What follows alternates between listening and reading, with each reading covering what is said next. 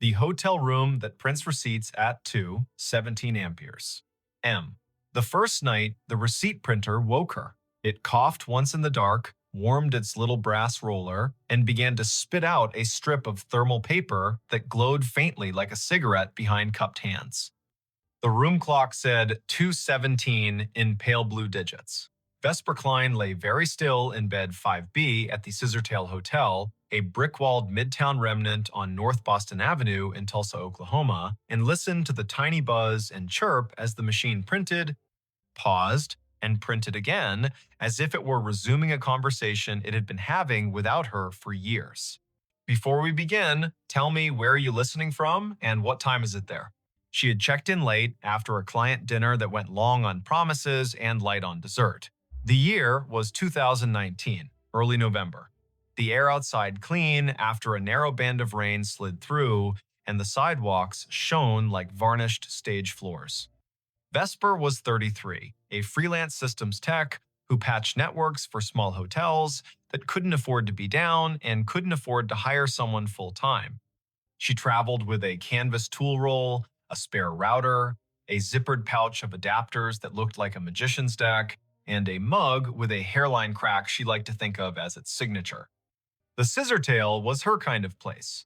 A lobby with a brass bell that had learned restraint, a front desk shelf of paperback mysteries for the taking, a night auditor who watched the door like a friend watches a house while you're out of town. He'd been the one to hand her the key card and the 2-page Wi-Fi map, Quill Penner, printed on a plastic badge, as if the name might be borrowed for the night. Night auditors aren't chatty by design, but Quill had leaned forward when she asked for the room farthest from the elevator. He'd said 5B is quiet most of the time, then paused, weighing whether to add something. He didn't. He pointed at the coffee station and said, "The cinnamon packets are the good ones." The printer sat on the desk under the window, small and stubborn, the kind of ticket machine you see in diners and old theaters. No USB cable trailed from it, which made Vesper grin in the dark because devices without visible leashes are both a challenge and a dare. The narrow receipt paper advanced in 2-inch bursts. The room smelled faintly of dust and citrus, the ghost of cleaning solution, and something else warm plastic maybe, or the metallic tang of heat on a coil. She slid out of bed, toes finding the rug, shoulders remembering every winter morning she had reached for her hoodie before her thoughts. The window showed a slice of downtown in sodium yellow, a parked truck with a tarp that breathed a little in the wind, a streetlight haloed just enough to be kind. She stood over the printer and watched it work. The top of the fresh strip read guest ledger at the margin, then a line of text that made her blink. Check-in, Harlan Row, rate $14.50, room 5B arrival, the 12th of October, 1958, comments, 2 pillows only. The paper was unbrowned, the font bold. She knew thermal stock fades to beige with sunlight, goes blotchy with time, and curls if you leave it near a vent. This looked new, but the data was from a year you had to say out loud to make it believable. The printer hummed again and produced another line. Check-in, Odetta Meyer. Rate, $12. Room, 5B. Arrival, the 4th of May, 1957. Comments, traveling with songbooks. She tore the strip and laid it flat on the desk, then pressed a finger to the cool plastic of the printer, as if touch might confess what the eye couldn't. The machine did not shake. It simply waited, polite as a clerk, with more to say. At 2:23, it stopped. A little green light near its only button winked twice like a made-up code. Vesper set the paper on a coaster, lay back down, and stared at the ceiling where the streetlight's slatted glow made a grid like a rehearsal. In 2 minutes, the heater clicked, the mini-fridge answered with its own throat clearing, and her body did the sensible thing it does when a problem cannot be solved and the hour is improper, it slept. Daylight always rationalizes the night. Vesper showered, dressed, and went downstairs with questions arranged in her mouth as if they were items on a parts list. Quill stood behind the desk with a pen balanced across his knuckles like a small seesaw. Room 5B printed receipts at 2:17, she said, like a person reporting a minor plumbing miracle. She slid the strip across. He read it, eyes moving left to right once, then again slower. He did not touch the paper, as if touching would make him complicit in whatever time wanted. He leaned in. You know how old buildings have old anchor points. You hang a new painting, but the wall still remembers the nail. He lowered his voice. That room was a manager's office back when this place was the Francis Motor Lodge. They kept the ledger in there, typed out receipts on a half-width machine bolted to the desk. At close, they printed a roll of check-ins for the night, tore it, and rubber banded the strip to the hardback ledger. Quill tapped the counter. Once, twice. I've heard the story since I was a kid, but the machine in that room was long gone when the Scissortail bought the building.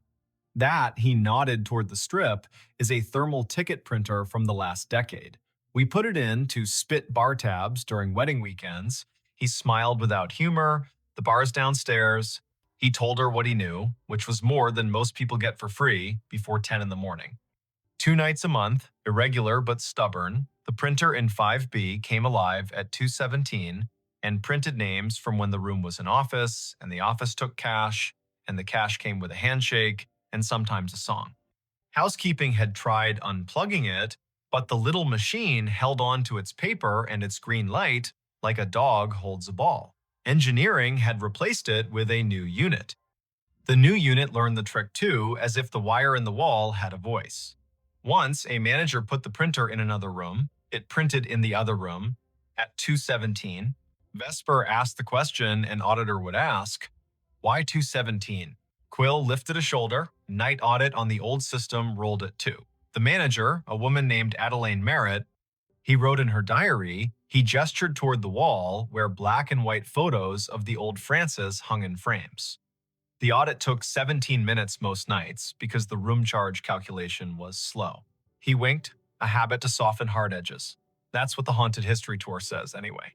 My grandmother worked housekeeping here in the 60s. She said Adelaine was the kind of woman who could silence a room by looking at a clock. Quill slid the strip back to Vesper. I don't put much stock in anything that prints on its own. But I don't stay in 5B either. She laughed, but softly. I'm the right kind of superstitious, she said. The kind that believes in loose cables and also in writing down names. She folded the strip, tucked it in her notebook, and promised the front desk a stronger signal on the north wing by supper. Work made the morning sensible. Vesper crawled into the equipment closet on 5, balanced her laptop on an inverted bucket, and watched packets move in tidy lines across her screen. The Scissortails network roamed like a polite guest slow if you needed it to be fast. Fast if you weren't asking. She pushed a firmware update, tuned channel widths, stood on a chair to re-angle a ceiling antenna the way you point your head to listen better. Lunch came from a food truck with a chalkboard menu and a line that made the air smell like cilantro and good intentions. She ate on the loading dock, the sun finding her cheekbones and telling her to stop worrying about things no one pays you to worry about. The second night, the printer coughed at 2:17 on the dot. The room's clock, which she had not trusted since it flashed 12:12 after she plugged her phone charger, matched her wristwatch exactly. The printed strip listed names, again, 5 this time, each with a rate that made the era plain. Miguel Corrado, Della and Sten Bay, Bellamy H. Cross, Traveling Sales, G. Whitlow. The comments field sometimes added a phrase that felt like a quotation. Traveling with songbooks, baby sleeps light, keep the radio low. She tore the strip and laid it beside the previous one. The heater ticked its approval. She sat cross-legged on the rug, laptop open, the printer's power cord draped across her thigh. If it's a room ghost, she murmured, it should ignore me. If it's a network ghost, I may as well listen. Her laptop saw the printer as a simple thing on the subnet, a networked ticket device with a default login and a queue history that should have been empty and wasn't. Vesper scrolled. A job log rolling back months logged exactly 2 entries each night with the flag source, Legacy. Someone had written a silly little module into the Scissortails aging property management system, a module that echoed old file structures for nostalgia tours during October. She'd seen that kind of thing done for fun. But this module contained descriptors she didn't recognize. Ledger spool, carriage return key, ribbon jam. These were words from a different machine. The audit program triggered at 2. The ghost queue called itself at 2:17. She checked where it pointed. The path wasn't a path, it was a device ID that didn't match any modern naming scheme. She pinged the device. No answer. She traced the MAC. The vendor code came back to a company that died before the internet had central registration. That made her skin feel too tight.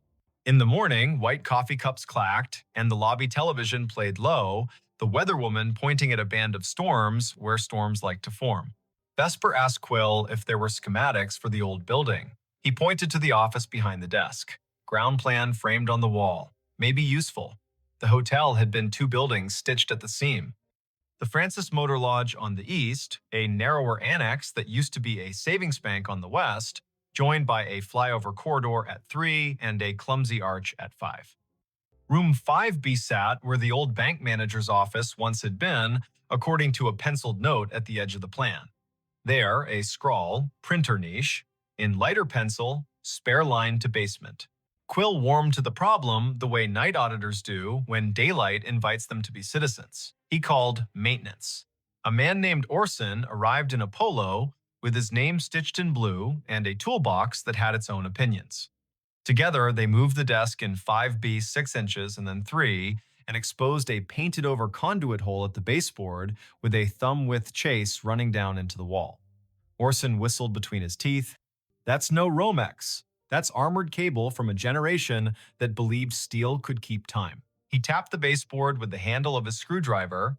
It answered with the hollow ring of an old closet. In the basement, they found the closet where the spare line went to not exactly die. The air was colder down there, humid the way the past is humid. A metal cabinet stood against the wall, padlocked, a gray panel humming like a neighbor practicing scales. Orson tested the lock with a pick he swore he hadn't lost. The door swung open. Inside, another little printer sat, twin to the one upstairs, its power indicator dark, its paper roll neat as a submitted term paper. A thin cable ran from a bracket down into a conduit box with 2 stories to tell. One was modern CAT cable, patched to the scissor-tails switch. The other looked like fabric-insulated wire on lead.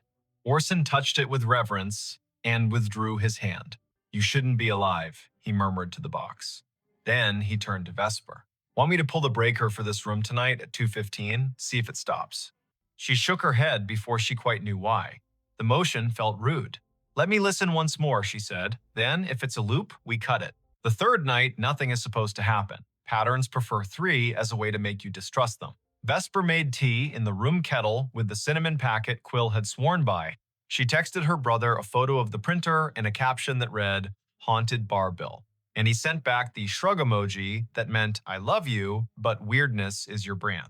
At 2:17, the printer began, but this time the sound rode a breath of air cold enough to raise her arm's small hairs. She stood close enough for the paper to curl against her knuckles and read each line as it arrived. Check-in. Adelaine Merritt. Rate. Comp. Room. 5B. Arrival. The 12th of October, 1958. Comments. Night audit. She reached for the strip and her fingers trembled, mildly, like a person handed the microphone at a small funeral. The machine whirred without printing for a count of 6, then resumed, the font just a touch lighter. Check-in. Quince Palmer. Rate $9.50. Room 309. Arrival the 12th of October, 1958. Comments, meeting at dawn. The room held its usual choir, fridge, heater, hallway, ice machine, 2 turns down, but behind it all she heard a soft clicking. Not printer, not clock. Keys. The slow press and release of typewriter keys. Somewhere not in the room and not far enough away. She froze, because freezing is a way of letting more senses work. Her body made itself a listening instrument. The keys whispered. Again, 3 strokes. Pause. 2. The printer spit a final line. End of ledger. Prepared by A. Merritt. Time, 2:17 amperes, M. Vesper did what the body asks. She sat on the bed with the strip in her lap and waited for her breath to level. It did. The heater ticked, the fridge purred, the typewriter stopped pretending, the sound folded itself up and slid under the door. She slept because being a person who works with systems means you've learned to stack your fear on a shelf when there's nothing urgent to do with it. Morning turned the printer into a device again. She took the strip down to the desk. Quill stared at the word comp and the name he had heard his grandmother say on summer porches when the heat wanted out of the day. He asked to borrow the strip to show his manager, a woman with the fast walk gait of someone who plans 2 days all the time. The manager's name was Letha Croft, and she looked at the strip like a problem that could be solved with a memo. She was polite and firm. "We have tours on Fridays for the people who want goosebumps," she said. "We prefer to keep the goosebumps from rewriting our Google reviews." Vesper smiled, a tight little smile that said, "I won't post, I don't do that work, I just want to know what the wire knows." Letha sighed. The Scissortail was a college internship that never ended for her. The building was her thesis. She pointed at the framed photo behind the desk.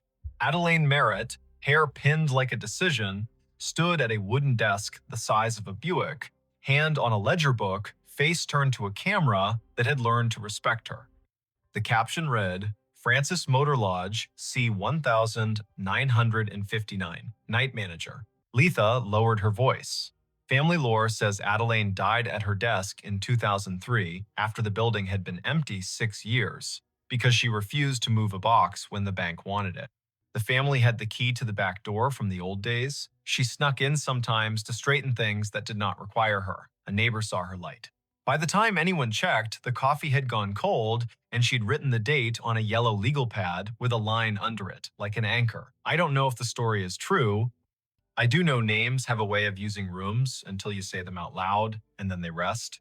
That afternoon, Vesper sat on the floor of 5B with her laptop and a coil of patience. She sniffed the packets between server and printer and saw the little ghost job present a string of bytes at 2 minutes past 2, announce itself as ready at 2:16, and request the queue at 2:17 with a line that included a date spelled in words, not numbers. October 12. She set a capture to record it tonight. She did not know what she would do with the proof, but the act of capturing felt like putting a box around a wild thing without requesting its death. The fourth night, she did not sleep. At 2:16, the room gathered itself. At 2:17, the printer began. The first name landed like a quiet gavel, Harlan Rowe. Again, as if the ledger wanted to list the set that belonged with the date, as if the building had a playlist for that night and needed it to end correctly. The second name, Odetta Meyer. The third, Quince Palmer. The machine word, then it printed a line that wasn't a line she understood. Checkout, A. Merritt. Time, 2:17 amperes. M. Balance, $0. Drawer, locked. The room changed temperature by a needle's width. The way a body registers changes a thermostat does not. The typewriter sound returned, louder, as if the keys had moved closer, as if someone had rolled the desk chair to the doorway. Vesper stood. The bathroom light made a rectangle on the carpet. She turned it off and let the room be only the room. In the dark, a kind of courtesy arrived. She spoke to the space like a person speaks to a skittish animal. "I hear you," she said softly. "I see what you print. If you're finishing something, finish. If you need a witness, I'm here." The keys worked once, gently.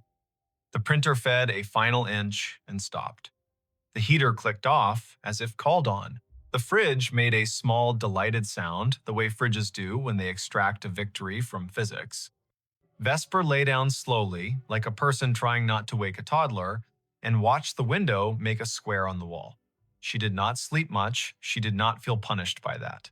On Friday, Quill called his grandmother. She came in with a smile that wore 80 years as if they were a favorite cardigan. Her name was Thalia Penner. She had hands that did hair buns right the first time and eyes that counted change without looking. She stood in 5B and curtsied to the air, lightly, like a joke only the past finds funny. She pointed at the baseboard where the printer niche had been long before this printer knew it was one. And she told a story the way people in the middle of the country tell them, in straight lines, with pauses for the parts that don't quite behave. Back when the Francis was a stop on the oilfield run, she said, Adelaine kept books for men who couldn't read receipts and kept rooms for women who didn't need to be asked why they traveled alone. She printed the audit every night, tore the strip, tucked it under the ledger ribbon, and locked the drawer. Her niece said she was proud of how long she could do the math in her headroom tax, city tax, discount for the flood man whose boots never dried. When the hotel closed in 1997, Adelaine kept a key. In 2003, she came in one last time to make the numbers even. She wrote the date, she drew a line. She put her hand to her chest like she was looking for a pen and fell as neat as folding a shirt. The firemen took 10 minutes to arrive. I put flowers on the door, and then the bank put a new lock on the door, and then time put dust on the lock and years on us all. Thalia reached out and touched the printer as if it were the hem of a dress in a department store window. Adelaine believed in drawers that closed, she said. It sounds like over again at 2:17, she gets to do that part, finish the roll, tuck it in, say goodnight to accounts. She is the kind of woman who would find that worth doing. Vesper spent Saturday building a workaround that no manager had asked for and no ghost could be fooled by. She pre-programmed a rule in the printer's network profile. At 2:16, the device would capture its own print job to a text buffer and email it to a special address she made for the Scissortail historian. Proof for people, paper for the room. At 2:15, she and Orson stood in the basement closet like two burglars having second thoughts.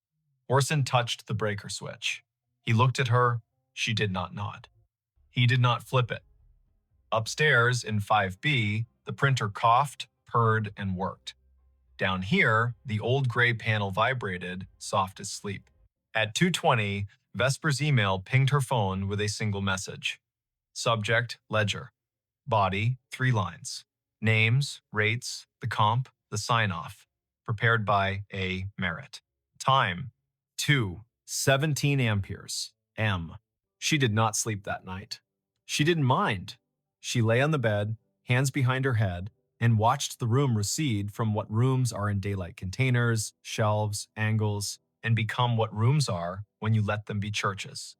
Limits, repetition, silence between notes. She thought about drawers, about the way her work was mostly closing things in the right order so strangers could open them and recognize what they saw, about how a hotel is a machine for forgiving you for not being home.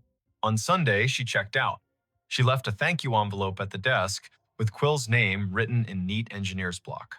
In it, a printout of the email rule and a small drawing she'd made of the baseboard hole with an arrow labeled here, "The wire remembers." Quill held the envelope like it might be heavier than it was. Letha met her at the door. "I can't exactly put this in a maintenance request," she said, meaning the week Vesper had just spent listening to a machine be more honest than any of them owed their jobs. "But I can tell you what we can do. We can frame a copy of your email in the staff room and call it the drawer letter. We can show it to anyone who works past midnight and forgets that ending is a kindness. We cannot run a Halloween promo in 5B because some stories don't belong to customers. We cannot unplug the thing that works for someone who isn't here anymore." Vesper smiled. That's more than most places do for the living. She drove out of Tulsa with the radio off, south, then east, then north again, the planes rolling around her like a low lullaby. She stopped at a gas station where the coffee was too strong and therefore perfect. She called her brother to tell him a story with no real twist and therefore true. She didn't say the name of the printer because sometimes a tool deserves privacy. She didn't say the name of the woman who closed drawers because she had said it enough. She didn't say 2:17 because she had learned to say it in her head as a kind of vow to be kind to the people who work at that hour.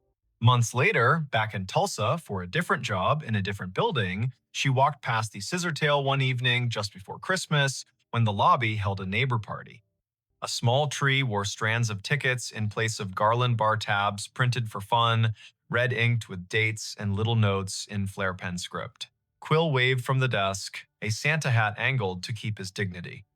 Letha stood by the fireplace talking to a city inspector whose expression said he had learned to sleep at last.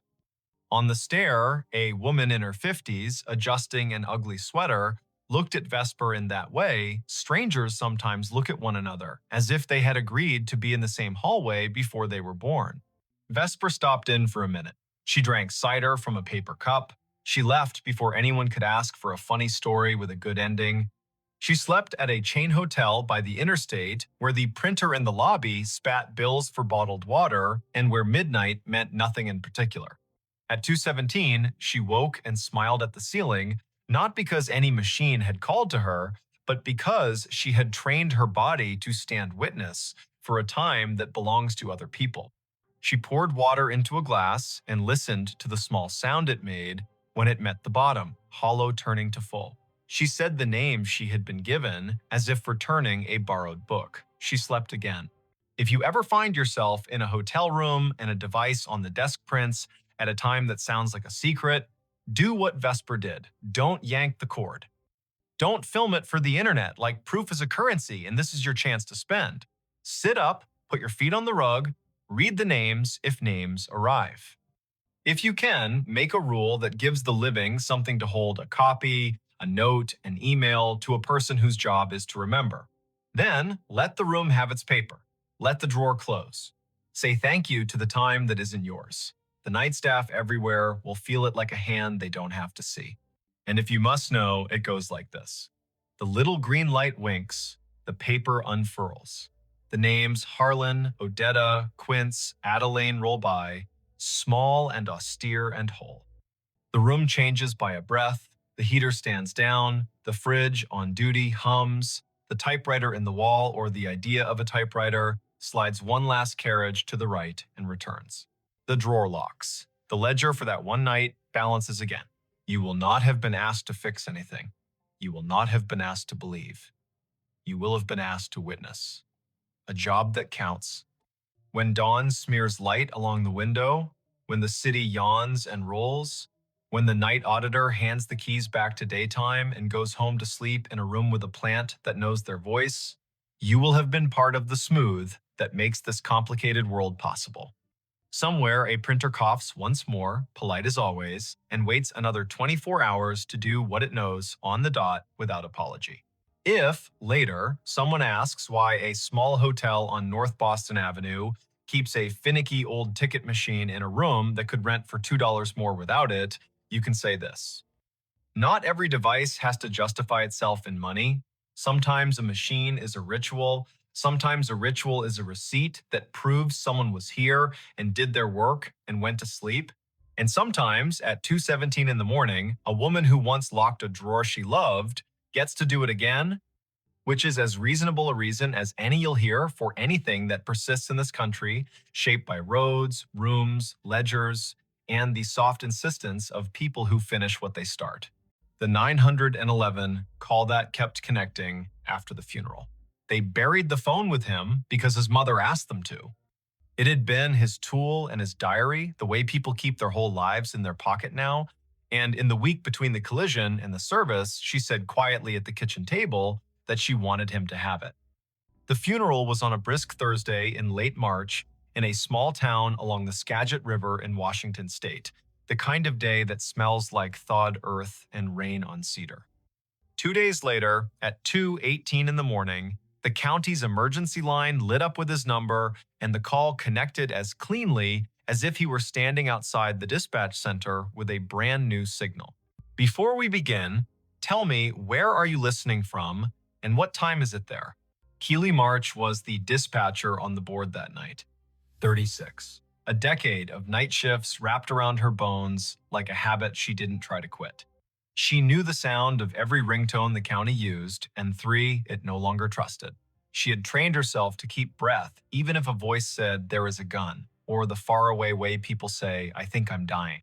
She kept a knitted cardigan on the back of her chair and 2 photos on the shelf above the console. Her mother standing in front of Diablo Lake with her hair trying to fly away, and a Polaroid of a skinny boy with a chipped front tooth and a smile that looked like a dare. The boy was her younger brother, Finn, 28 in the photo, forever 28 by the time the town paper ran his name above the fold. The collision had been a week before spring turned a corner. Late at a 4-way stop out by the county line, an empty log truck rolling too fast through a fog that made taillights smear into red ribbons. Finn drove a dented Civic with a cracked dashboard and an air freshener shaped like a salmon that had long since given up its scent.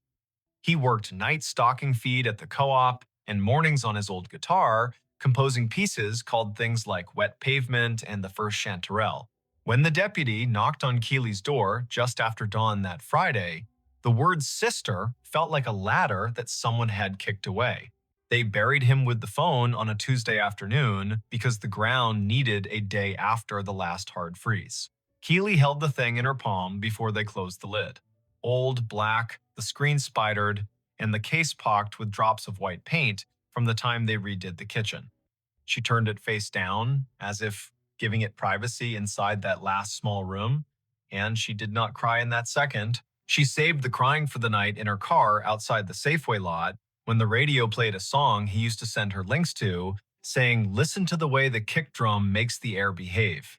So when the board flashed with his number at 2:18 in the morning, when the screen read Finn March Mobile, when the console showed the tower on the hill by bird's view, grabbing his call like a father grabs a child's hand crossing a street, there was a half second where Keely didn't breathe at all.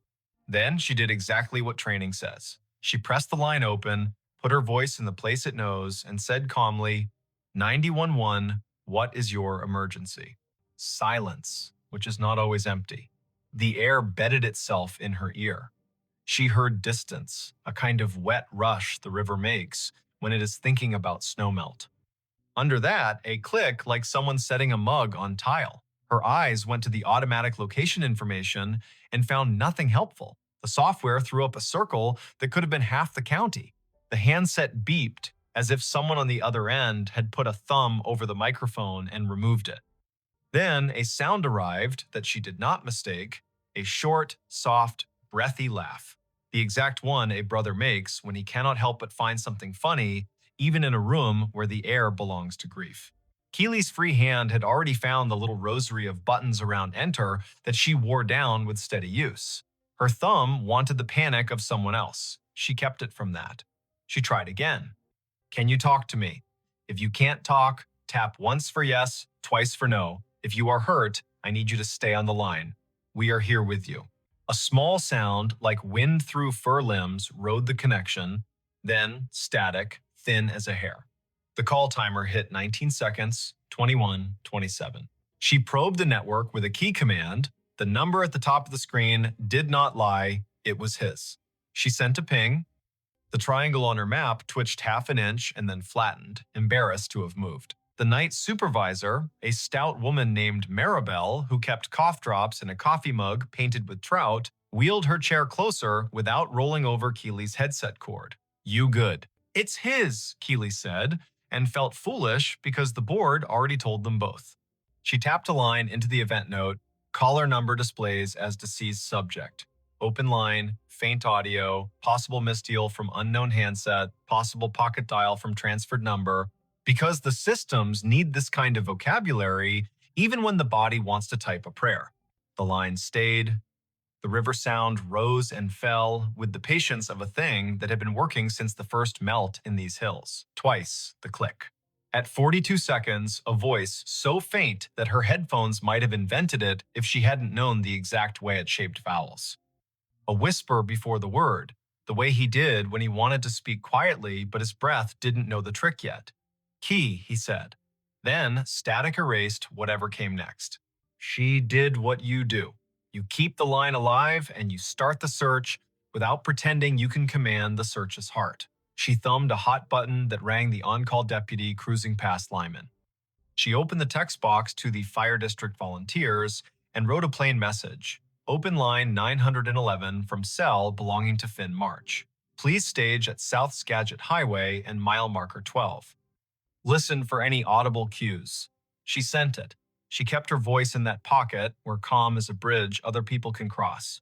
If you can hear me, Finn, give me anything, tap, breath, song, whatever you want. I'm here. I've got you. At 1 minute and 9 seconds, the line disconnected itself with the flat little goodbye that handsets make when they are tired of holding grief. MrBall squeezed Keely's shoulder. Not hard, just where the muscle under the blade flinches when you ask it to admit it's a muscle. Phones glitch, she said. The way you say a thing because you care about the person you are saying it to, not because the sentence is enough. It might be a number that got reassigned too fast. Or a voicemail we don't understand, or the system hiccuping. Eat your granola bar, drink your water. Keely nodded. She typed. She called the carrier and reached a support tech whose voice was young and far away and trying very hard to be the right kind of helpful. He put her on hold while he consulted screens and a script. He came back with words that felt like pebbles. The phone was deactivated the day after the funeral. The SIM wasn't live. The number was in a 30-day limbo before being returned to the pool. No activity on the account, no pings, no nothings. He suggested, gently, that older consoles misreport.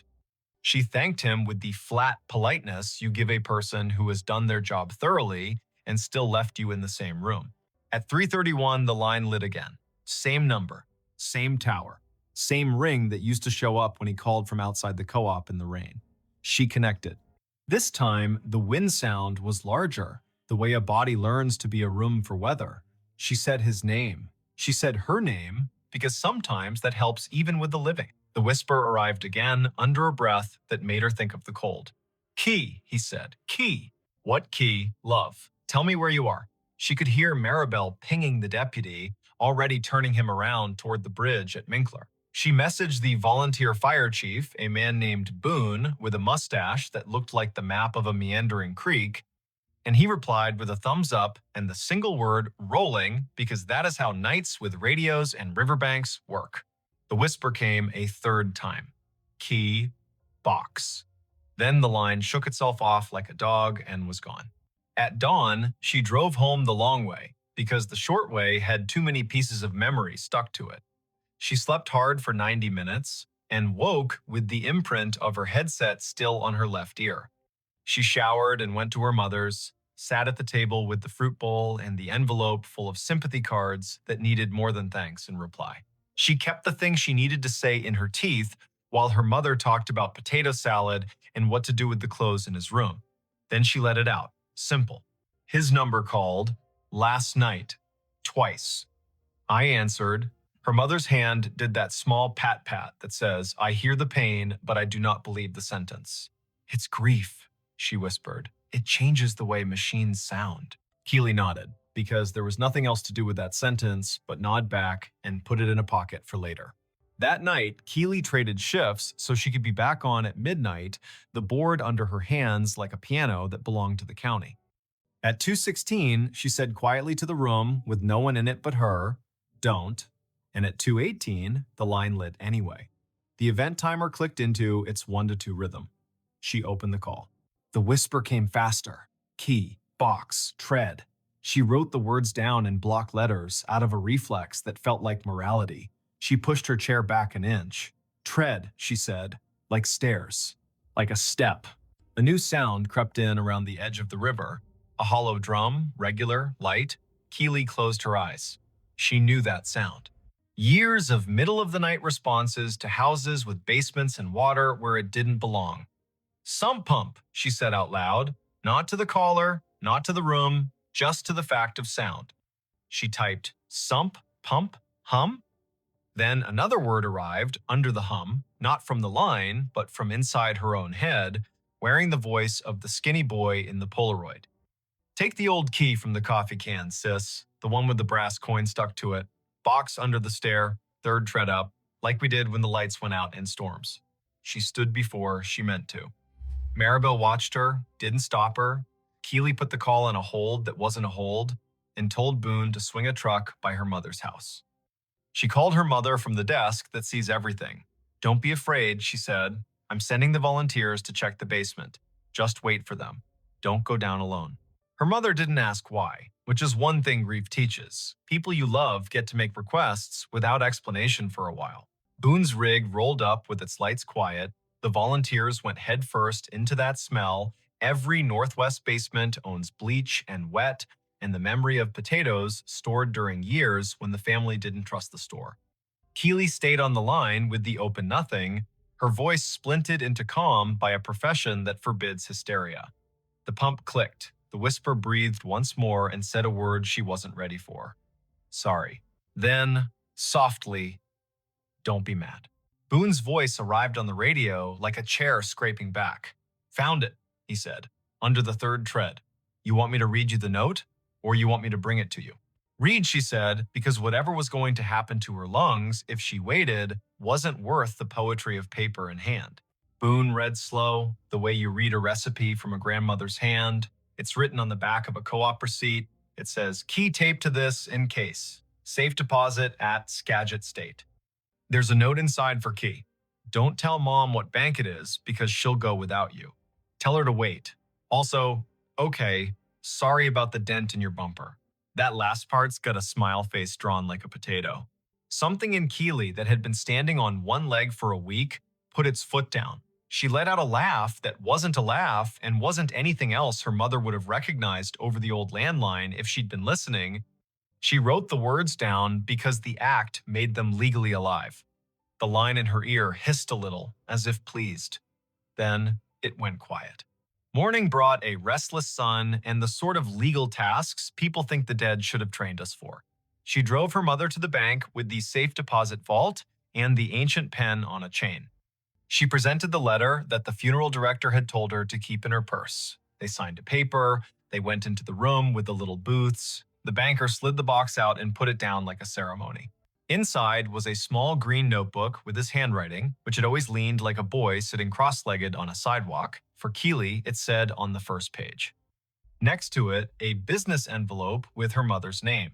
There was a key on a ring shaped like a mountain that belonged to the old Subaru they used to share, and a folded paper that turned out to be a draft of a song he would never record because the bridge wouldn't come no matter how he tricked it. There was also a receipt for a storage unit in town that she'd asked him about once, and he'd shrugged and said tools while his eyes looked at a point behind her shoulder. He had written her a letter that began with two jokes whose laughter had expired, and then got to the part that made her lever open a whole new drawer in herself. I know you'll be the one who makes sense of this stuff if anything happens, he wrote. I know I'm not supposed to say if anything happens like I can see it, but I think about it when I'm out by mile 12 in fog and the log trucks don't think they need me to exist. He told her where to find things and how to say certain facts to their mother in a sequence that would hurt less. He wrote a sentence that came from the middle of his lungs. Don't carry what isn't yours. He signed his name so fast, the last letter looked like a dog's tail. She held the little book while her mother read her envelope. Her mother's face did a new thing, an arrangement Keely hadn't known it could do. She realized, not for the first time, that grief makes a gallery of your expressions, and you have to decide which ones are worth hanging. That night, Keely took herself off the schedule, even though the county hates it when you do that with no notice. She made tea the way their grandmother did, steeped until the spoon stood up if you let it. She sat at the kitchen table with Finn's notebook and a pencil for the words she needed to lay next to his. She wrote the dates like you have to say them out loud, late March, 2021, because numbers felt like bad company. She made a list because doing is a language the body trusts. At 2:18, the phone on the wall rang, the old landline they had kept for storms because cell service sulks here when the rain gets personal. She lifted it with the same hand she used to place IVs when she thought she'd be a nurse. She said hello the way you say hello into a hotel room when you think someone might be in the shower, polite and ready to apologize. Open line, said the part of her that had trained for too long to rest, but it wasn't the emergency board. It was her mother's cousin from Bellingham, voice carrying prayer under its vowels. Keely felt the absurd laugh again and let it go this time. Not tonight, she thought to the air where a river sometimes lived. The calls went quiet for 3 nights after that. She dreamed the sump pump clonked in a steady heartbeat and that the water rose anyway, inching up the metal pole of the washer like it had a plan. She woke with her mouth dry and her eyes open, the way a serviceable person wakes when she has decided she will not let the day surprise her anymore. On the 4th night, the board lit at 1:10, not 2:18. Same number, same tower, same little pang like someone pulling 3 hairs from the back of her neck in the exact way a brother does when he wants you to feel a thing without associating the pain with him. She answered, now less afraid of the fact and more afraid of the day when the board would decide to stop being strange. This time, it wasn't the river. This time, a sound like tires on aggregate eased into her ear. She heard a blinker make an unnecessary music. She heard a rumble her body recognized as the mile-long freight that climbs the grade toward concrete and can be heard everywhere when clouds lay a lid over the valley. She said his name. The whisper didn't come. Instead, a voice she didn't know. Exhausted in that way, dispatchers measure with a ruler, not with pity. Ma'am, the voice said, are you the lady on the other end of this number? This thing called me and it went straight to your board. Keely did a fast thing with her hands that told the recorder to make a second copy. She said her name and her role. The man explained in the way tired men always do, with extra details they do not know are extra. He was a rail worker out past Birdsview, night shift, walking the line with a vest and a can of paint, and a patience that came from a man who had watched 3 friends leave town for no good reason. A phone lying by the ballast lit up bright white as a trout belly and slid a call to 911 before he could decide how to feel. He picked it up because of course he did. He saw the screen read Finn March because whoever the system was had a sense of humor. Where exactly are you, sir? She asked. And he told her the truth, the way only people at 2 in the morning tell you truths. Mile marker 11, point something, run outside of the line, by the old alder that looks like a witch if you give her a hat. She sent Boone with 2 men and headlamps and the desire to leave without needing to talk to anyone. They found the phone in a seam of gravel, half covered by ash from last summer's burn. No SIM, no battery, a thing not alive, and still somehow doing the work a thing does when asked correctly. The railman said he had watched a marten cross the tracks with the authority of a bishop, and that the phone had lit at his feet with no reason. Boone brought it back in an evidence bag, as if that would matter to anyone who keeps a room of labeled bags. Keely set the dead phone on the console like a votive. She stared at it 4 minutes and 40 seconds, and then turned it face down the way she had in the chapel with the roses and the smell of lilies that always go too far. She spoke into the radio to tell the volunteers to go home. She put a note in the event record that read in plain human, found object belonging to decedent, recovered at tracks near mile 11, turned over to family. The calls didn't stop. They thinned. They arrived on days when the river wore fog like a borrowed coat. They brought her directions she did not always want. It called once when she and her mother were at the storage unit with the overhead door that rolled like a prayer. Box on the right, said the whisper after the open line, and the pump hum and the small laugh had passed. Not the one with Christmas lights, other right. The box held the watch their grandfather had worn in the war, and 2 rolls of quarters, and the letter that finished a fight their mother had been carrying with a girl from high school for 30 years, without admitting it was heavy. It called once more on an evening in late July, the kind of hot, rare to that valley, when heat lies down like a dog everywhere and pants. She was off duty for once, drinking water in long draws with a slice of lime she did not deserve. The board would be in someone else's ear. Still, she felt it. The old wall phone rang, she lifted it. Nothing. Then the faintest corridor of sound, the way a tin can telephone sounds when the string is too long.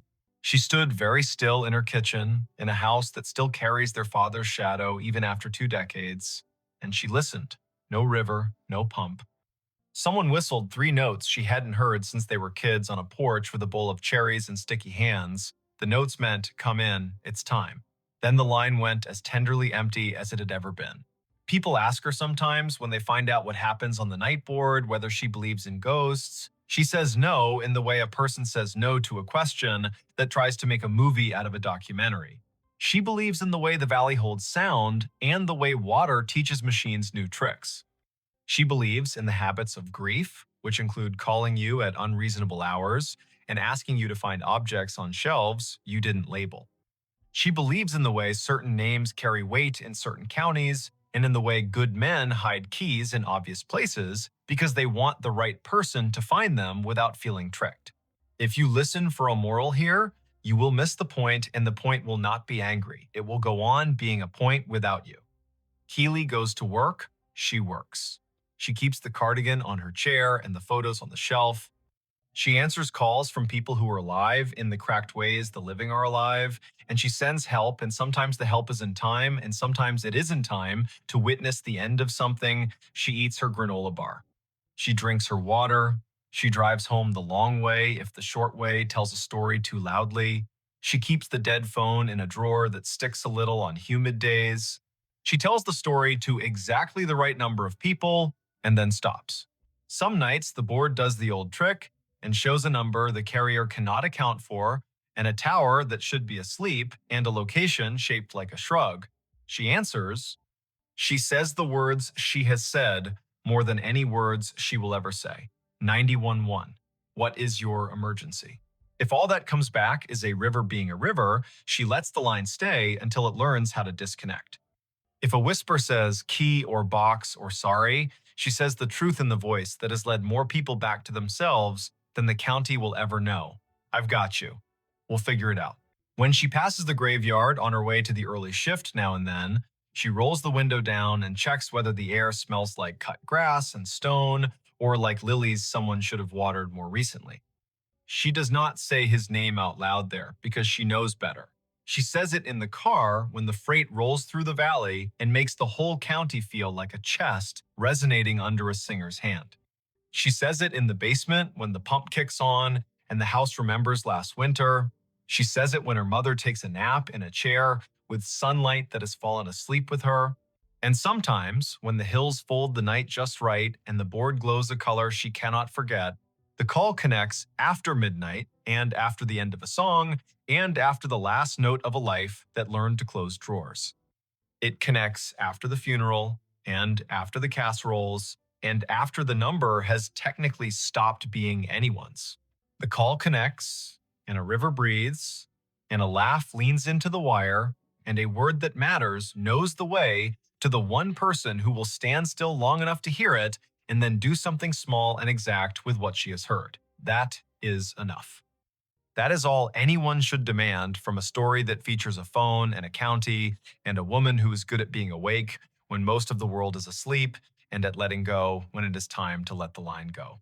So, if your phone rings with a number you are certain belongs to someone who has been given over to the ground, do not panic, do not make a shrine, do not go on television. Answer, stand still. Say your name, ask for what it wants. If the only answer is a sound you know, river, pump, train, the kitchen clock arguing with the refrigerator, write down the words anyway. They will lead you to a key you were meant to find, a box you were meant to open, a third tread meant to lift. And when the line empties itself politely, as lines do, put the phone back on its hook and walk the long way to bed. Somewhere far off, a dispatcher you will never meet is saying the same sentence you just said, in the tone that holds a county steady. I've got you. We will figure it out. Then, a light goes dark. The river keeps the beat, the valley sleeps, and doesn't, and goes on. Her phone pinged at a grave with her name.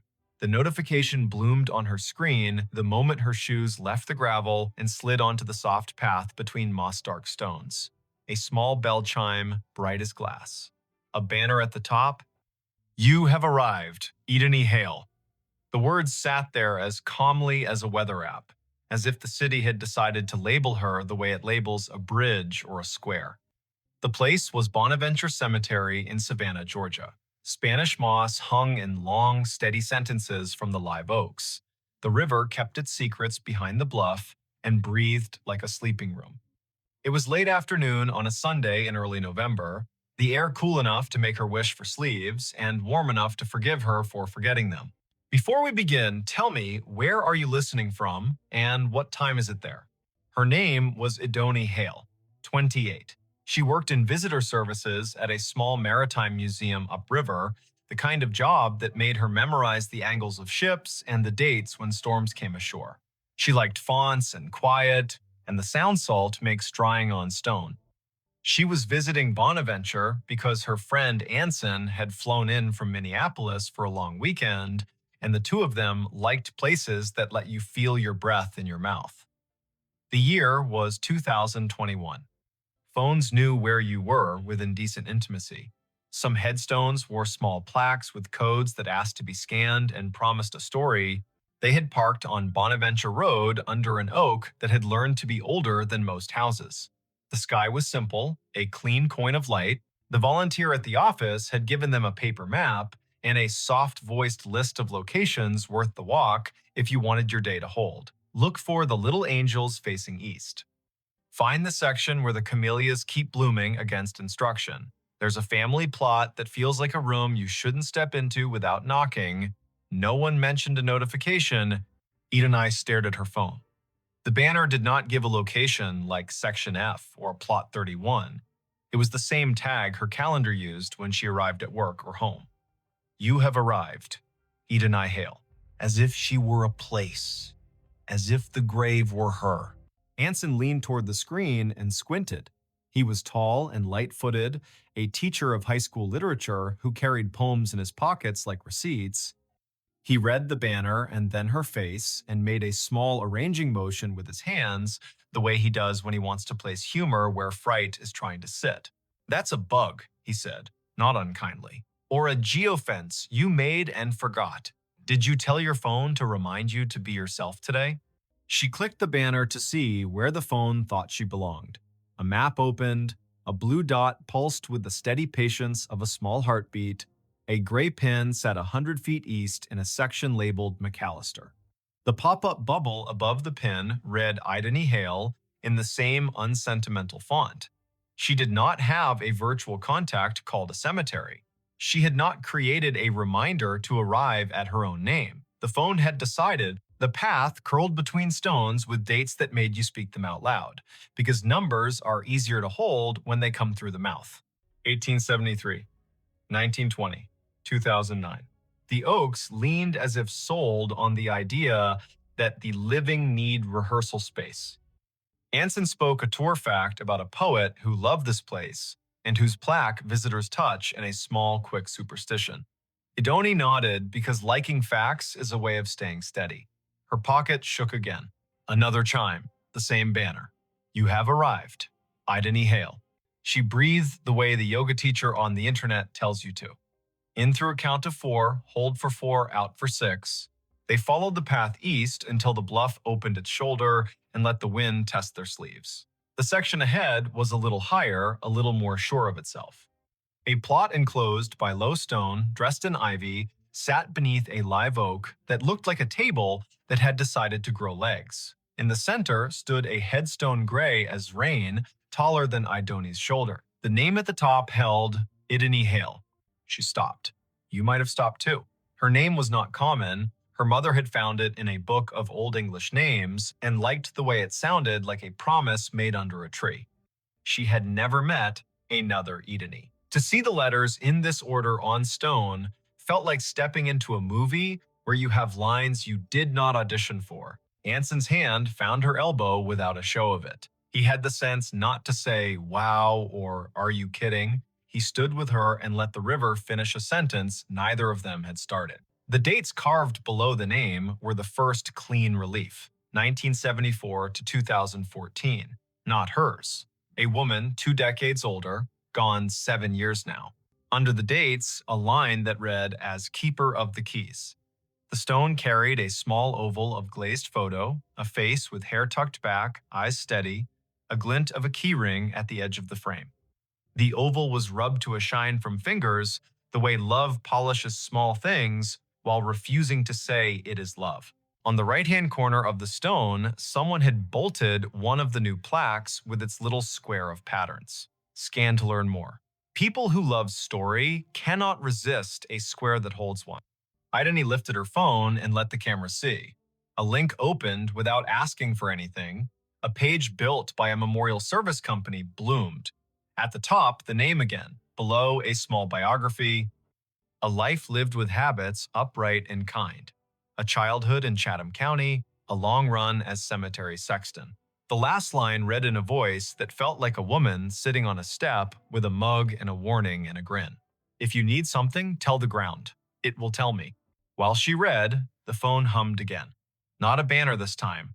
A little circle pulsing at the top of the screen, the way maps announce a place with enthusiasm. The circle flashed once, then settled. Ideny swiped down to see the source, a calendar reminder with no category. White, titled simply, Arrived. Location, here. She had not written that. The phone, perhaps, had decided the day needed a label, or the small plaque had more to it than the page admitted. Anson said the woman in the photo had librarian eyes. He meant that as a compliment. He pointed at the key ring. He said his grandmother had been a keeper of the keys at a church in North Dakota, and those women know where every grief sits at every hour, the way a night janitor knows which chairs spit gum and which ones sigh. They stood a while. People walked past in respectful silence, guided by a docent's voice that held just enough theater to keep 15 people from wandering into their own daydreams. Spanish moss moved like thought repeating itself. A flake of light rose off the river and fell back as if it had changed its mind about being air. It would have been a good story already finding your own name on stone, a phone that had the audacity to tell you you had arrived, but something else decided to be true. A little tone sounded from the phone, the way sounds do when an app you forgot you had decides to help. It was the noise her airdrop made when someone nearby wanted to share a photo at inopportune moments. The screen shifted to a dialogue. A file offered to send itself to her. The sender name was a string of letters and numbers that meant nothing. The file name read Keys. Anson leaned in and made his face calm. Decline, he said gently, because strangers in public places with quick hands make tricks, and both of them work in museums and have seen every version of the human habit of testing boundaries. She hovered. Decline would be wise. Accept would be a dare. She pressed accept because sometimes you let stories finish what they start. The file downloaded. It was not a photo. It was an audio file, a minute 42 in length. The waveform showed it wasn't silence. She tilted the phone toward her own ear instead of speaker because you don't open a voice in a cemetery loud unless the voice has earned the right. Static first, then the sound of wind combing something thin, then a woman's voice, the age of a woman, who tells tools where they belong and expects cooperation. The voice said, dry as a towel and warm as a summer kitchen. If you are standing over me, child, and your name is mine, you can help me keep my promises. Put your phone on the stone and leave it be a minute. It will tell you where to stand next. Anson's eyebrows did a small jazz riff and then tried to behave. Okay, he said softly, a word that meant, I am here and I am not going to ruin this with cleverness. Ideni set the phone on the flat top of the headstone the way the voice had instructed. The screen slid into its lock. Her reflection replaced her. The oval photo looked past her shoulder the way old photos always do. She counted in her head as a way to keep the childish fear of being tricked from standing up and knocking the ritual with its elbow. 50, 60, 78. The phone buzzed once, she lifted it. The map opened of its own accord. The blue dot had moved nothing. The gray pin had changed. It labeled another grave 30 yards north with a name neither of them had seen on the paper map. Rosin Hale. A second name. Another Hale. The first name was Welsh and not common here. They went because the day had asked enough times to be answered polite. The second stone stood lower, more modest. The granite, a color you could never find on purpose if you looked in a catalog. The dates were older, 1931 to 1999. The epitaph read, "She kept the gate lighted," and under that, in smaller letters, so faint you could only see them when the cloud put its hand over the sun, a line, Rosine was born. Rosine Idris. She married into Hale and stayed. Tell my niece if she comes through here that I see her when I count keys. I am not anybody's niece, Idini said aloud, and then took a breath because she heard the defensiveness squirreled underneath. I mean, not hers. You might be more people's niece than you know, Anson said gently, a man who had grown up with uncles who weren't uncles and yet were more family than the kind that wears your face. They stood while the wind added a signature to the bottom of the page of the day. The river put its shoulder against the bank and leaned. The phone did not ping again for a while. A cardinal went from one branch to another with the purposeful speed of a person who knows where the parts are stored. A group of teenagers trailed an auntie through the lanes, popping gum in a respectful way, which is a regional miracle. Ideni looked up Rosin on the cemetery's database because when your heart gets odd, facts make a braid to hold on to. The database was one of those volunteer-built websites that carry the tone of a potluck where everyone brings a dish so exact it shames you for choosing salad. Rosen's entry was thorough. Born Rhonda Valley, came across with parents as a child, settled in Chatham County, married one Mr. Hale, worked checklist after checklist for the electrical union office, sang alto in church with the patience of an anvil, survived by no children, preceded by older brothers, all gone. Niece mentioned in an obituary in 1999 with no name given. Anson made a sound that meant the story had wiped its hands on his shirt and was ready to cook.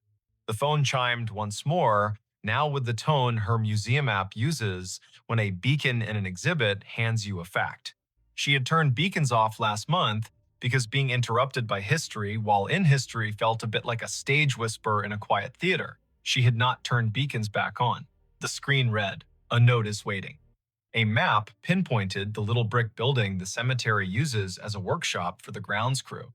A path drew itself in blue between the Hales and the shop, like a string in a child's game. They went because keys that ask to be found deserve not to rust. The door to the shop was propped with a cinder block, the way doors are propped everywhere when the weather learns to be useful. A radio played a station that chose old soul and occasional baseball score updates. No one was at the counter. A bell stood there anyway, the kind that rings a sound like a glass penny. Anson rang it because he likes participating in obvious rituals. A man in his 50s with a badge that read August came in from the back, wiping his hands on a rag that had earned its keep. "You folks need a map?" he asked, then took a longer look at their faces and revised. "Or a minute." "We were by the Hale Stones," Idony said, and watched the way a man looks when a rhyme finds his ear and tells him it cares. August nodded. "Course you were," he said. "I keep an envelope for that family. Been waiting on who it's waiting on." He reached under the counter, where drawers have learned to hold what should not be lost, and brought up a large yellow envelope with a blue paperclip that had rusted a little by choosing weather. The envelope had 3 words on the front in tidy block letters. For the next Idony, heat went across her face like an honest light. August saw it and stilled. He handed her the envelope the way people hand one another babies, meaning well and moving slow. She opened it with her thumb. Inside, 3 items. A small brass key, old, not ornate, with teeth filed like a decision. A folded sheet torn from a spiral notebook, edges soft with years. And a wallet-sized photo of a woman in a blue work shirt with a name patch and a grin you could feel on your back like afternoon Sunday. The patch read, "Idony." The face belonged to the woman on the first stone. The note was written in blue ballpoint in a hand that pressed harder than paper deserves. It read, "Simple. For the next Idony in this county who can hear me the way a key hears a lock. My niece is out there." She won't say yes to the word niece because words are stubborn. She'll need to open the box in the old mausoleum we keep for tools and favors. The key is for the small door on the left. Lift on the latch while you turn. The box has what belongs to her and me and her grandmother. If she is standing at my stone with a phone, she will know that I know. Don't bring a crowd. Bring one friend who reads instructions with his eyes. Leave the key when you are done. We can count without hands here. "I'm not someone's niece," she said again, and heard how the sentence grew less certain with practice. Her mother's family tree began and ended in a different state. A line of women who told polite lies to spare one another the sharp edges and did their grief in broom closets. Her father had not survived long enough to name distant relations. He had left behind a bent screwdriver and a smell that her body still could find when a day asked. Anson's hand found the counter in a quick pat, like checking for keys as you leave the house. "You don't have to be a niece to be the person meant to do a thing," he said. "But also you might, and it might not matter how that happened."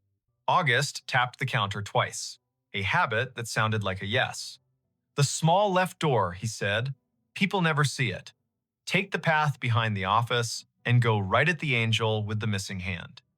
The mausoleum is the little brick one that looks polite. The left door sticks the way a lie sticks to a room. Do what the note said, lift and turn." They went back into the light. The blue string on the map did not bother now to draw. The path knew their feet. The angel with the missing hand stood where the volunteer had said, "Angels stand, face east," blank expression that suggested she had witnessed every century and found nothing quite bad enough to frown at yet. The brick mausoleum waited with that small pride buildings have when they know they are not the grandest on the block, but are the one that does the job without complaint. The left door looked like a panel added later. The brass latch had the smoothness that comes of being touched by people who mean to get work done. Idini slid the key in, the teeth caught, and then thought better of it. She lifted the latch with her other hand and turned. The lock gave. The door opened 6 inches and stopped, ticked by a wooden wedge that had been insinuated at the bottom by someone who had not wanted the door opened by accident or habit. Anson reached down and pulled the wedge free. It had a date burned into it with a soldering iron. 2014. The year on the first stone. Inside was a closet of sorts, pegboards and hooks, a rake missing its second tooth, a coil of twine that had memorized its circle and would not learn a new trick, and on a shelf at eye level, a tin bread box with a domed lid, painted a green faded to the color of river glass. No lock. Written in the same blue hand on a piece of tape was a word. Hail.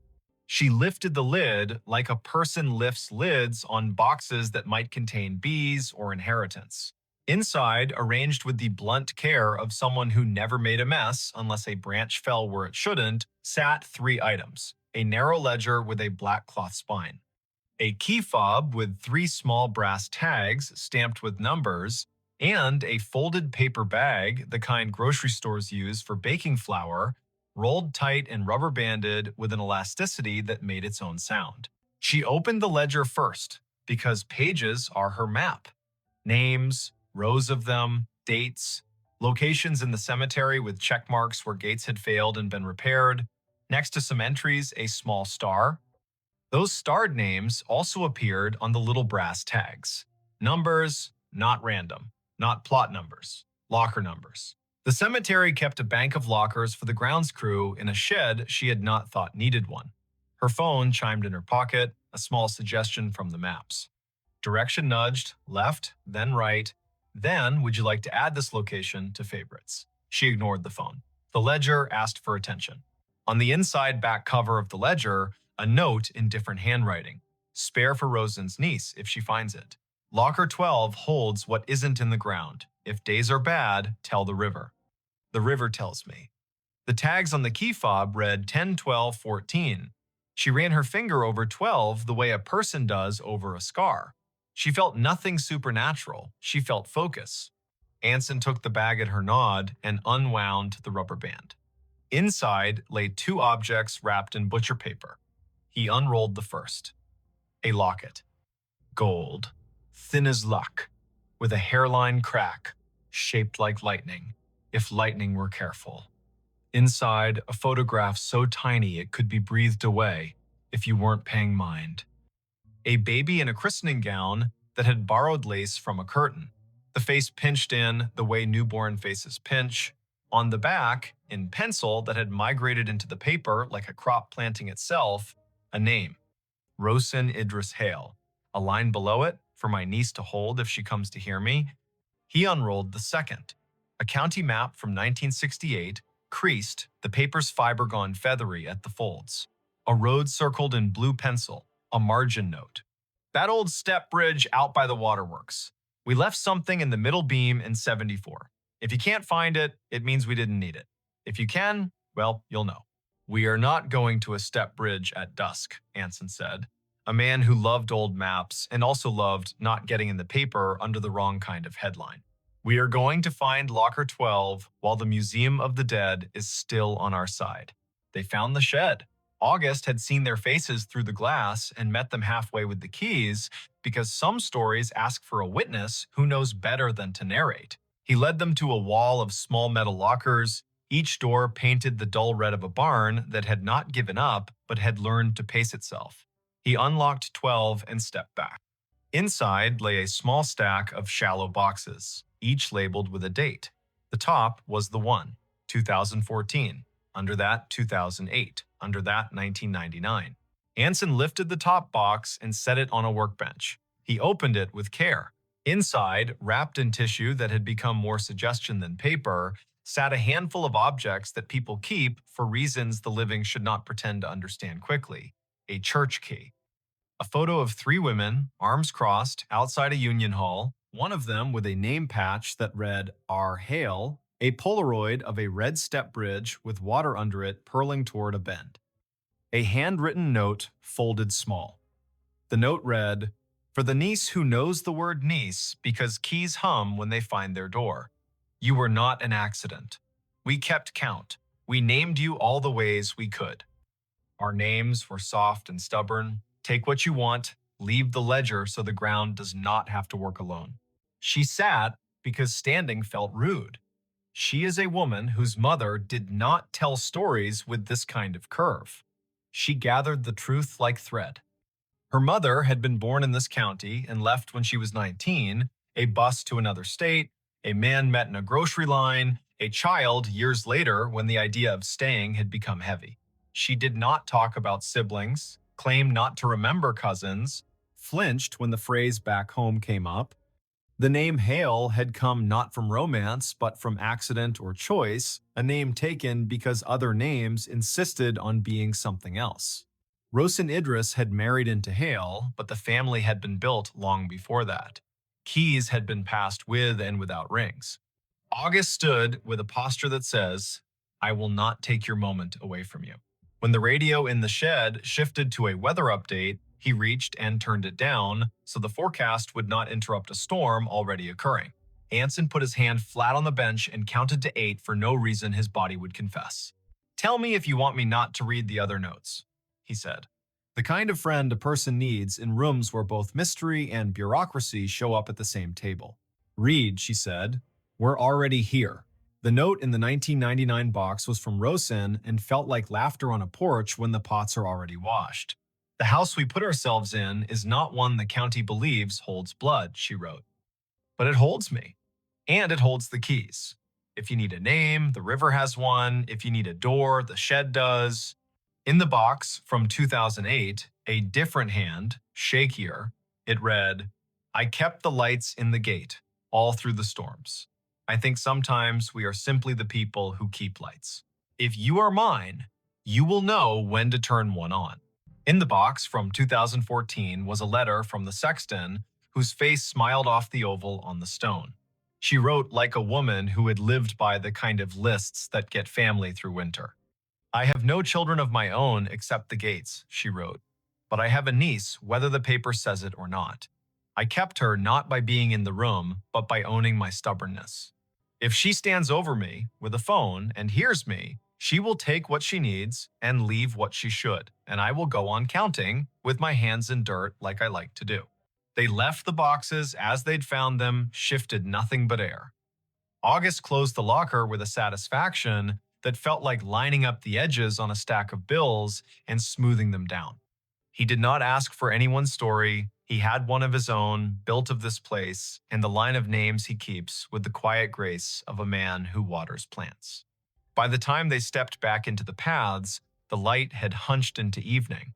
The river sounded less like sheet music and more like a phrase repeating. The map on her phone had stopped suggesting anything and gone back to pretending it was an obedient device. The air smelled like river, camellia, and a penny someone had worried in a good pocket for a decade. Anson asked if she wanted to go to the step bridge. She said no, in a voice that held both sorrow and a plan. Tomorrow, in daylight, when names sit on surfaces more politely. He agreed because this is what friendship is, a committee about timing. That night, she sat at her kitchen table with the ledger borrowed under August's nod and the locket under her thumb. She called her mother. The call rolled twice, and then the voice she knew and loved and sometimes resented filled the line with wind and caution. They made small talk for 30 seconds, and then they moved somewhere they had not walked together. "Ma," she said, "who was Rosen? Who was Idony before me?" Silence, sincere. A kettle somewhere in the house. The refrigerator willing itself to be steady. Finally, her mother sighed, and the sigh sounded like a drawer allowed to close after being held open too many years. "My aunt," she said, "not by blood, by the kind of line people draw when the law does not help. She and the other one, the sexton, kept me safe when I was little and didn't know that my father wasn't safe to be around. They ran the lights in the cemetery and in the loose latch doors and told me when to lock things and when to open them. They were more my aunts than any of the few relatives that share me. When I left everything. I thought that was how you survive. I have not told you the parts you asked me about because I thought you'd want something tidier than I had, and because I am silly enough to think if I did not say the names, the ache would go to sleep. She told a story of a girl who sat on a stoop counting keys while two women kept a town's small doors in working order, literal and figurative. She told how those women had taught her to move through rooms with respect and to leave envelopes where they'd be needed. She did not speak tenderly about the man who invented the silence she had carried. She spoke tenderly about the other men, the ones who changed locks without asking why, and taught a child where the ladders were kept for days when rain insisted. I should have told you, her mother said finally, soft with the fatigue of a woman who has not confessed a simple truth for a long time. You have two names, the one I gave you and the one the other women left for you to find when you were ready. You belong to both. You belong to yourself most. They went to the step bridge the next day. It was out by the old waterworks, just as the margin note had said. The county had let weeds try to become the principal of the place, and the weeds had accepted the assignment with poor posture and pride.